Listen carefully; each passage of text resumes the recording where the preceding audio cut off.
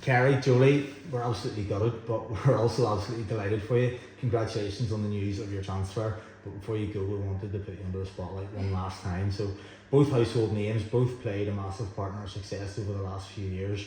Jolie, if we can start with you, can you remind us, how did you start playing football and when did you come to Glentoran? So I started playing when I was like P3.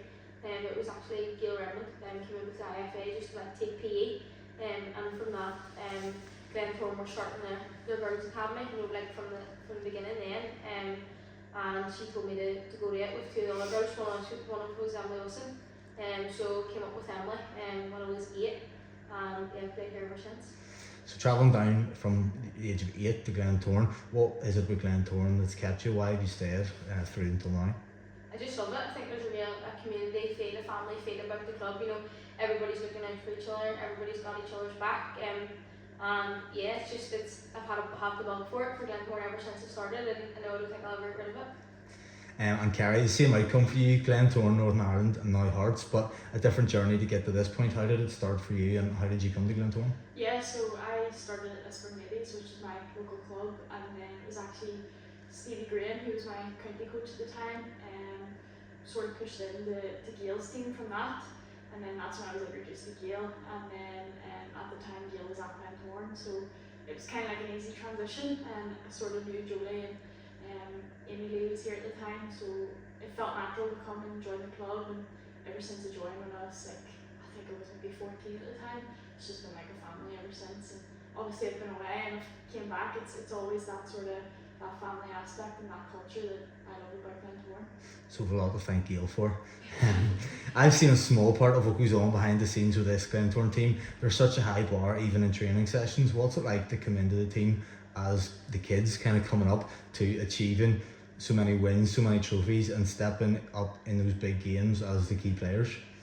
I think it's enjoyable more than anything else. You know, that's why we play football, because we love it and because it's fun. And I think you know, the standard of players we have here and staff, that everybody's pushing each other. You know, it's not just the coaches pushing the players. You know, behind the scenes, the staff are pushing each other. We're pushing the staff. They're pushing us. I think that's a really good environment to be in, and I think that the environment, you know, sets the tone to be able to go and win and be successful like we have in the last few seasons. But the bottom line is it's enjoyable and it's a really, really good group to be a part of. And Kerry, can you tell us a little bit about the move? This isn't just something that you've woken up this morning and decided to do. I know you've both been over a couple of times and you've been in discussion both with Glentoran and Hearts for a while. How did it all happen? Yeah, so for me, they'd contacted me in January, but just didn't feel like the right time to go.